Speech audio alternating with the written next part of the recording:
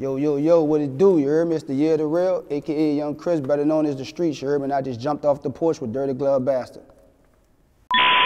Where my real ones at? No more taking falls. Like God, you know niggas got the ball.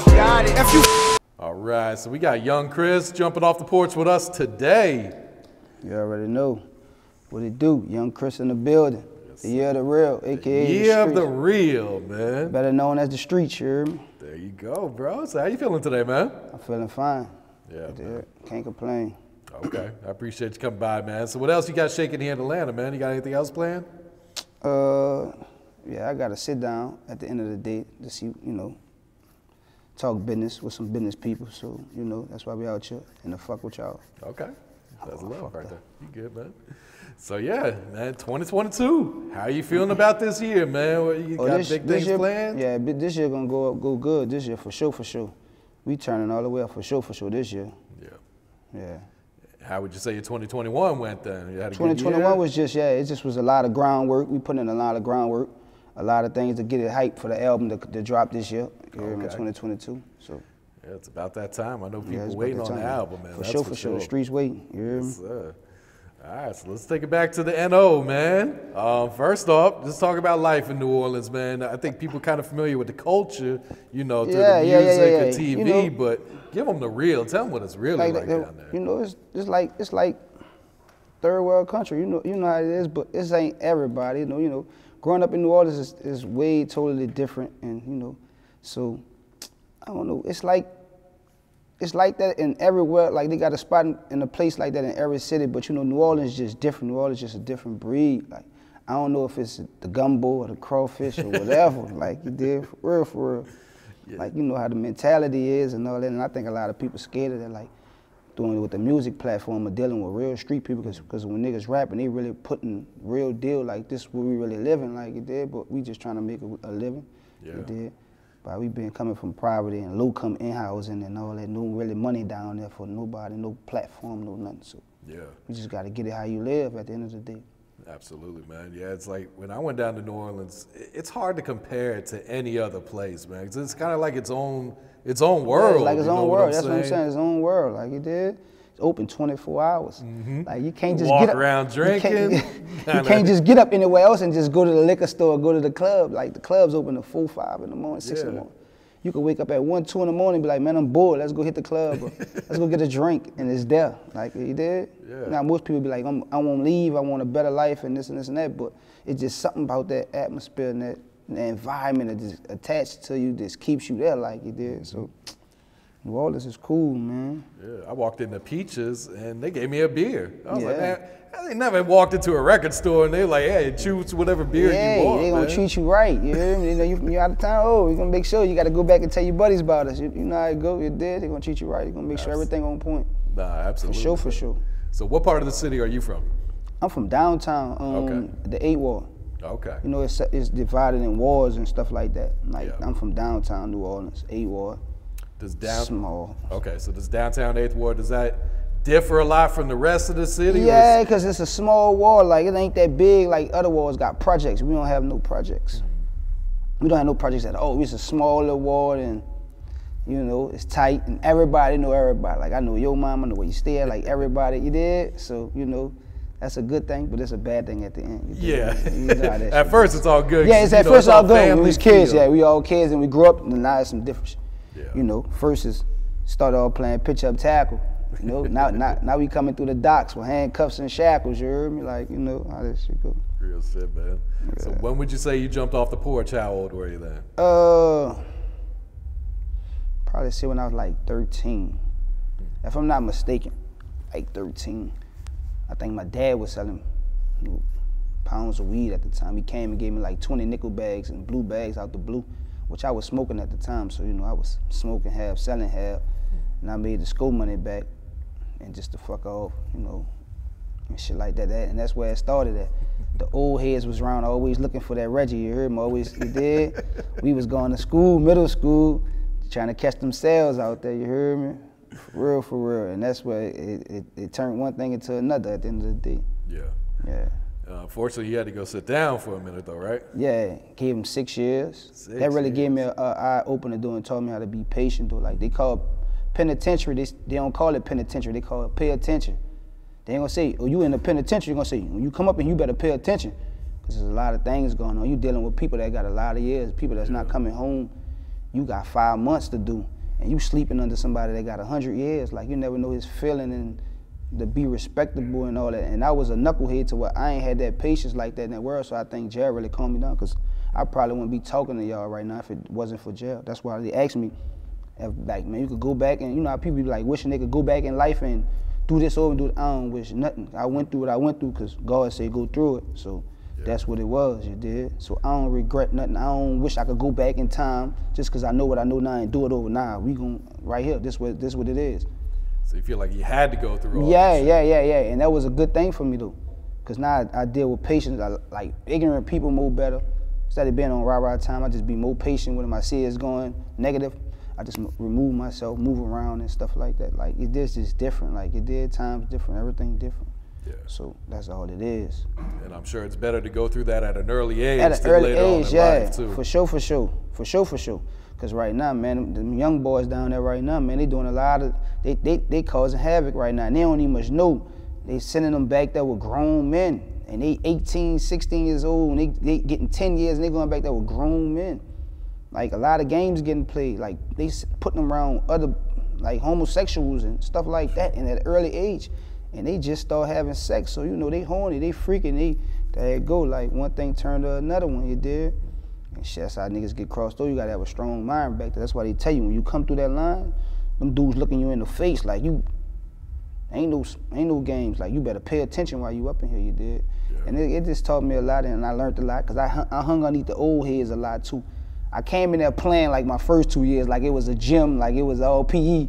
But then I started saying like, nah, you did tighten up. You going home at the end of the day. You can't get stuck back here with everybody else, you did. Real shit. Yeah, so kind of speak on that transition, you know, of going from the streets to prison to turning your life completely around, saying, I know I don't want to go back to this shit. Yeah, but that's the whole transition. Like, and look, in the crazy part, while I was in prison, I had some partners that was rapping. They was making a whole lot of noise with the music, and I was missing all, and I used to be like that depressed and be like, damn. But at the same time, you know, God had what he had for me, he had what in store, like my time coming. So, because by the time I was about to get out, what they had going on, it didn't crash, it didn't crumble, and one back working, and one don't want rap no more, and he better off won't do his thing on his own solo. So when I came home, I let it be known right then and there, like, man, look, I'm doing my own thing.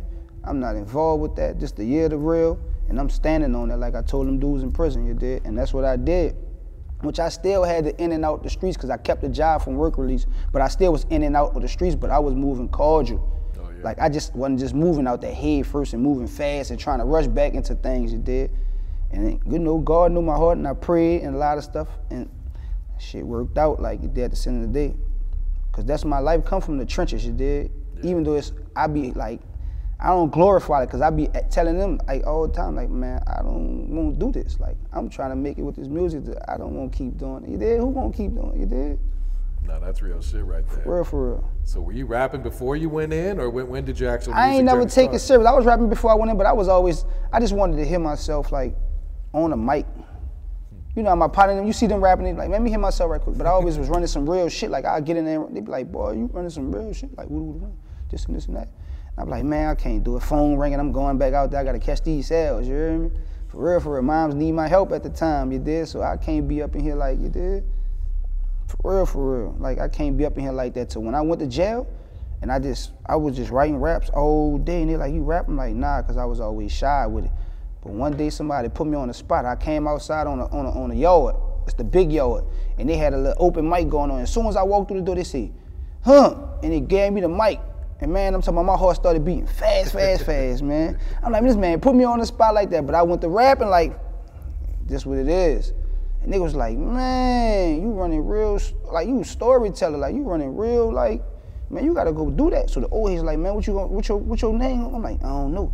And I went to this making up name, like, the year of the real. And I told him the year of the real, like, well, you gotta go stand on there. You can't do nothing fake. You can't wear no fake designer. You can't wear no fake jewelry. You can't do all that. We ain't doing all that. It's the year of the real. You gotta go home and you gotta make us proud. You heard me? And that's what I did, like for real. I still was joking. I used to be spending like $500 like every 2 weeks on green dots, $50 green dots, like 10 green dots, sending it to them boys. You know, telling them, man, ooh, we going up, you heard me? Like, you know, just having them hope at the end of the day. Whether I make it or not, I was just having them hope. Like, you did, like, I'm doing it, like, it is working. That's all that mattered to me, you did? Yeah. So that's what it was. So did you lock in on music as soon as you came home, or was it? Right when I came home, but look, I was like, I'm gonna do this, but the money wasn't coming in, like, you did? So I gotta do this, now I gotta do that. And I had a job. I was working my ass off, like busting dishes. I'm talking about I'm going in there, knocking down dishes stacked to the ceiling. They'll get in there, they'll be thinking I'm gonna complain. I ain't even complaining, because jail didn't tell me how to be patient. This is your job, this is what you gotta do. This is a 9 to 5, this you bringing in income like this. Plus, everybody on the job getting high. And I'm like, that's another source, you hear me? So I'm just watching everything. So I walk in there, they be like, man, we come and help you with the dishes. I be like, nah, I'm good. I bust all the dishes down, no more dishes. They'll be like, you good? I'm like, yeah, I'm good. They be like, damn, you knocking them dishes down. I'm saying, I'm like, hey, this is my job. Like, this is what I need to do. I'm on parole. I can't get a parole officer, no reason to fuck up to go back and do nothing. So I just got it all planned out. Plus everybody owns something in there. So I'm like, damn, I gotta get something. And that's how I start working my magic, like on the cool, you heard me? So now I'm picking up my check. I'm getting 500 out of his check, 500 out their check.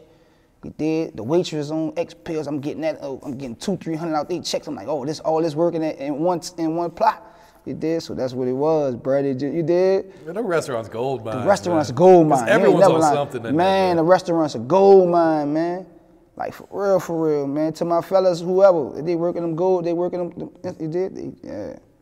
I worked at a lot of restaurants. It's like everyone is either an alcoholic or they got some type of vice. Yeah. You know what I'm saying? Yeah. Because it's like the stress of just working there. It's like people gotta unleash that shit somehow. Right. That's for real. All right, so what's your creative process like now? Do you still write or do you just be punching in and freestyle? Nah, I write. I put everything on paper, man. Because a lot of people I be saying punching in, I just be trying to freestyle. The balls really don't be adding up. They just be thinking for the moment right then and there when you could really come up with some better stuff when you pen it down on that paper. Yeah. You did? So right then, just punching in, it's like it sidetracked me. Like somebody said, we just go in the studio and just go. Right now, put the beat on, I can listen to it, but I ain't really gonna get no vibe like this right now. I write, nah, I gotta sit there and really like, cut the beat off and then like, let me see something you did, stuff like that. So yeah, I really put it back on paper in my notes. So what was like the first song that you had that kind of gave you a buzz out there in your city then? It wasn't really the first song, it was just my mixtape when I dropped The Year to Real. And I just was coming like, like the whole project. And I just printed up like 1,000 copies and I just gave it away. I printed up shirts and everything, The Year to Real shirts, and I just gave everything away. Cause they already had people in my city that's buzzing, so I can't come out of nowhere. Which they know me in my hood and they know who I am, but they don't know for me for rapping like that. Yeah. So where I can't come and they got a few more people in the city just buzzing already with music. I had to come and be like, you know what, I gotta get this away. That's the only way I'm gonna get their attention. Cause you got him over here who rap, them over here who rap. So if I'm selling the CDs and I'm just coming in, I'm like, man, we might about to buy that. How people rap. So if I say it's for free, it's for free, check me out. They gonna give it an eye.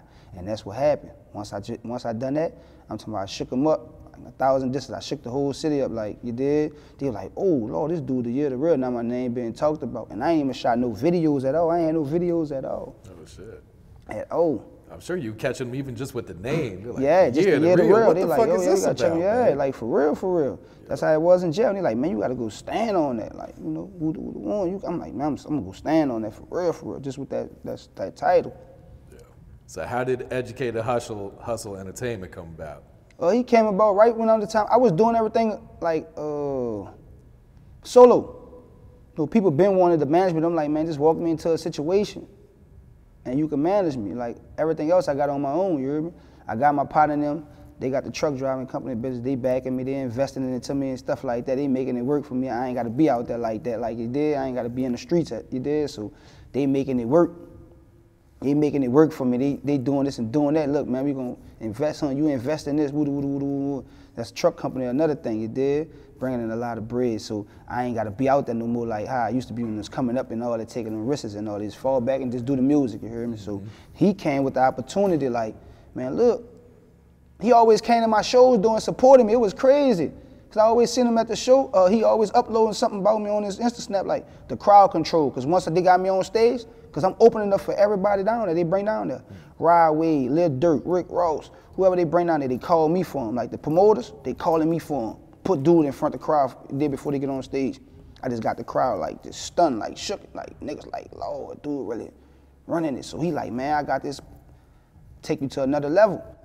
We're gonna start off with this Mo3 feature. We're gonna re-drop that Jealous you had, put Mo3 on there, cause he blowing up right now. He had artists from Dallas, he been in Dallas, you know, he graduated from Grambling, educated hustler. So he know the ins and outs of Dallas, and that's what we did. We just took that out there, shot the video in Houston. Then when I got time to go back out there, the day before I go back out there, he get killed. I'm like, damn. Oh shit, man. You know, I'm from New Orleans, so when I see that happen, I'm like, man, bring all the guns out there. We gotta go. I don't know what's going on. You hear nigga might try to do me something. I'm on the song with it, so I ain't know what was going on. But it wasn't really like that when I got out there doing it all. Everything was cool, but I was like, damn. I really needed him to stay alive because the song would have been, I almost did 100,000 myself independently, streams. Just doing groundwork, going out there from New Orleans to Dallas. And I was like, damn, if he'd have been here, that'd have been that spark, you did. I'd have needed him, you did. Yeah. And that was crazy. And that's how everything took off from there. Just with the up and coming features that we got and everything, you did. What was it like watching that song take off, the Jealous record then? Man, it was doing good. Like, you know, the city was already on it because I had original version already. Okay, but when I put Mo3 on it, it just gave everybody like, Lord, he got Mo3 on it. Then he got the video. That just turned everybody up now. Then I'm in Dallas a lot, so they're like, he in Dallas a lot. He like, people like, man, you doing it like you did. So you know, I'm just trying to keep going, keep my foot on the neck. You did on the gas pedal, you did, and boom, that tragedy hit. I'm like, damn. Then one thing turned to another, but we kept going, we kept working, we kept working, we kept working. You did. Yeah. What can you tell us about this new video introduction you just dropped, man? Well, the introduction, yeah, that's off that Lil Baby beat. Okay, yeah. That was a Lil Baby beat, you did, something like that. And I just was listening to it one day, because you know them slow beats like that, I'm a good storyteller. On slow beats, calm beats, I can really put what I need to put on them, and just, with no hook, I could just run the whole beat. So I was just sitting there, I was like, right before I think I did the show on, when that was, for Father's Day, in the Republic down, I'm talking about I packed the whole Republic out, everybody out there waiting to see me.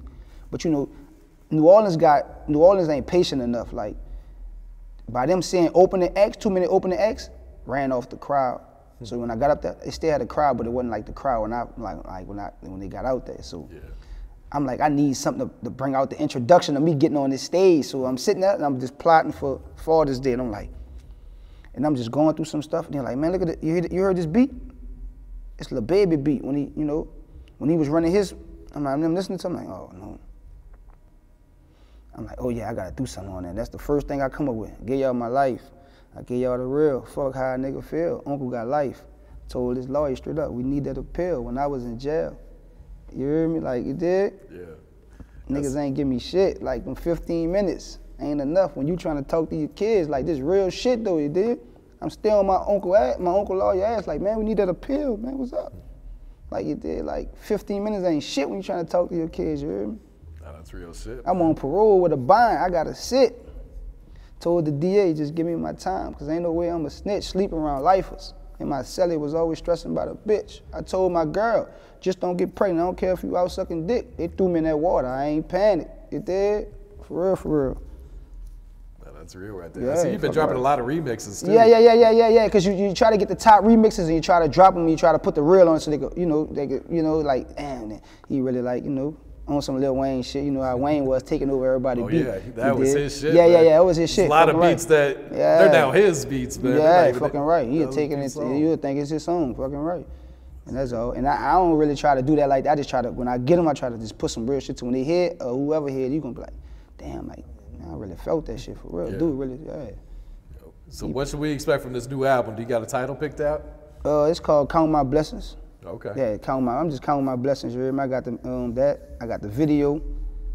I got some up and coming stuff I did with Bag, KayKilo, the baby new artist, that female. Yeah, she Big hard, Frida. man. Yeah, she hard. Oh, that energy just, it just been we like had her that. on the porch, hey, and her personality alone will bruh, that's what I'm telling you. Like, she'll come in here right now and be turned up with nothing. Like, she just be lit every time. I be like, damn, like, what the business is. Like, she like that for real. Yeah, I got some shit with Bag. I got the video and everything for that. Like everything just in the tuckery, you hear me? What was it like working with Bag on that one?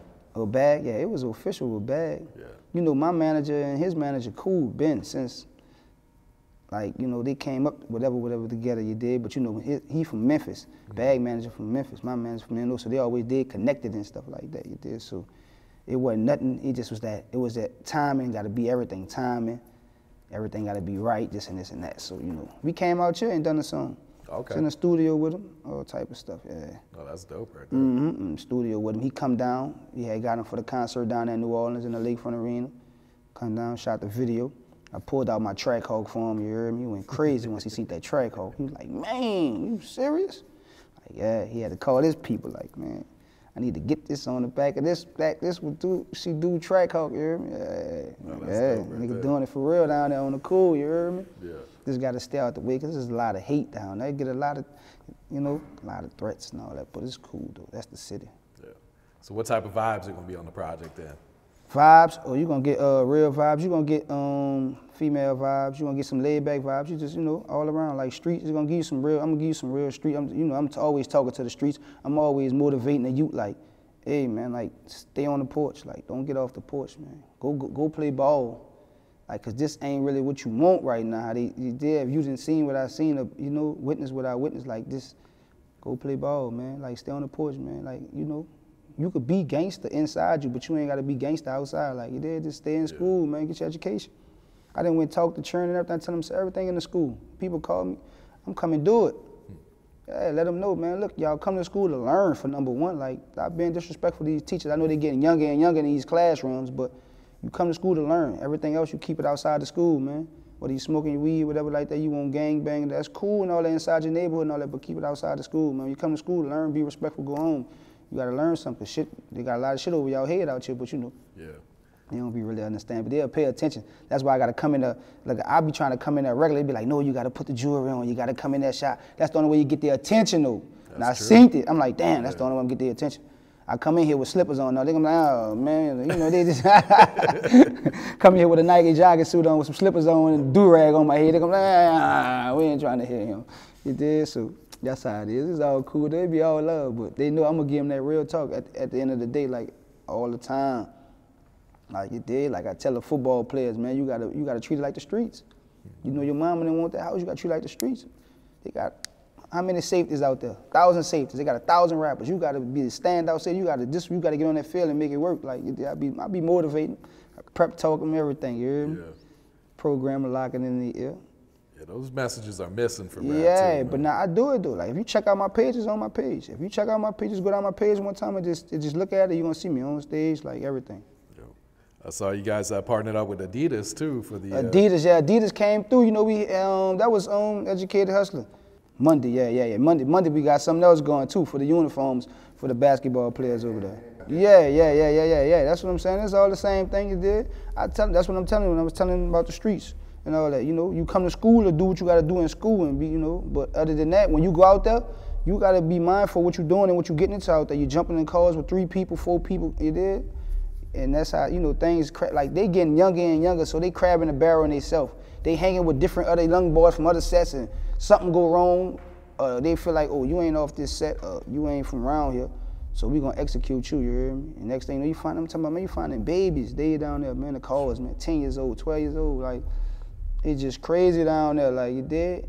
And look, at every time something happen, like, especially to a rapper or something from New Orleans, I get in my feelings, I be like, damn. I get sad and everything, cause I be like, damn, bro, like, you did, nigga gonna get a breakdown here, like, for real, but fuck. You did, I just gotta keep going. But that just make me move, when shit like that happen, that just make me move even like on my tiptoes, like, ain't no getting comfortable or nothing like that. Cause I done got comfortable plenty of times and shit happened. You did, when I'm least expecting it, shit happened. So I'm like, oh, I gotta stay on my tiptoes and stuff like that.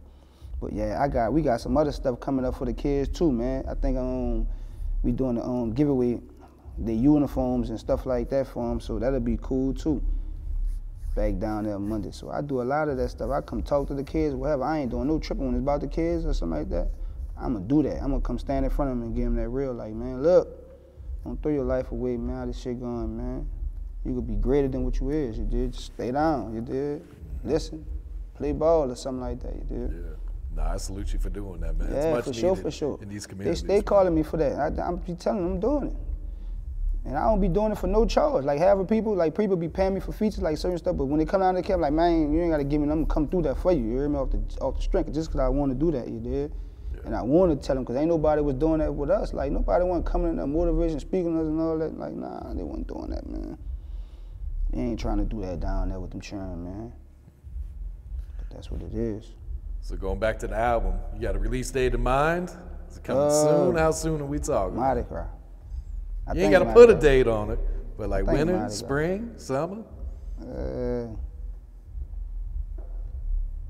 What we doing, like Easter? Probably do like Easter. Okay, springtime? Yeah, I think we're going to do Easter. Yeah, I think we'll do Easter, something like that. Okay, so not too far away then, man. So what's your thoughts on the music scene in New Orleans right now? Huh? What's your thoughts on the music scene in New Orleans right now?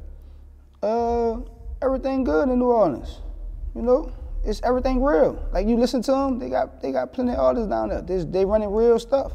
They just running real. Just that we ain't got no outlet to, people helping or putting nobody on and nothing like that. They got real music out there. They rapping their life, or they rapping, what they seen or been through down there. It's all real at the end of the day. Like, certain shit gonna get sugarcoated. You already know there's that. And certain they gonna rap about extra stuff. You know how it be. You got them ones that's gonna rap about stuff they ain't got, but they sound good. They got the lyricists out there, like they got them all down there. Like everybody doing their thing down there. But most important, when I be telling them, I'm like, look, I've been doing it for a minute now. Listen, you gotta have an image.